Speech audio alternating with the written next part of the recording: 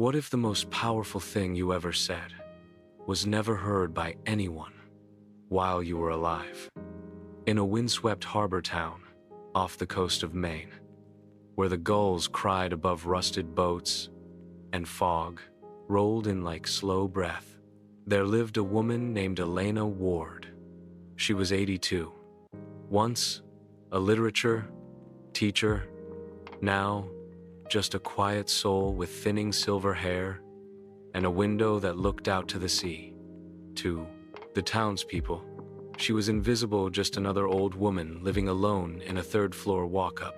But inside Elena's apartment, something extraordinary was unfolding. For the last 2 years, she had written a letter every night before bed. Not journal entries, letters. Letters to students she once taught, to old lovers she never forgot, to the friend she betrayed in college, to the stranger on the bench who cried beside her and said nothing. Letters to the daughter she never had, to the person she wished she had become. Each one written by hand, folded, and placed gently inside a shoebox under her bed, and not a single one was sent. You see, Elena had spent most of her life teaching others how to find their voice, but she never quite found the courage to fully use her own. Until fire. It started in the early hours of a Sunday morning. Faulty wiring. Smoke curled up through the floorboards. Sirens pierced the sleepy silence. Neighbors rushed out in panic. Elena moved slowly, frail knees and breathless lungs. But she didn't scream or cry.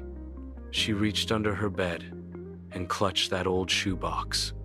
When the firefighters arrived, she was already outside, barefoot, shivering, in her nightgown holding a shoebox wrapped in a sweater. She said only 5 words: "Please don't let this burn."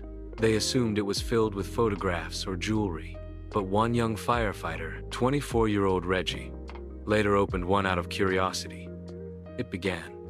"To the girl who sat in the back row and never raised her hand, I saw you." He read another, and another, he cried. That night, he posted 5 letters to things I wish I'd heard sooner. In 48 hours, they went viral. Tens of thousands shared them worldwide. She healed me. She said what I couldn't. Where can I write back? Elena never knew. She died 3 weeks later, unaware her words reached 6 continents. Her letters became the bestseller, What I Meant to Say. Her voice echoes. What words do you wish you'd had said?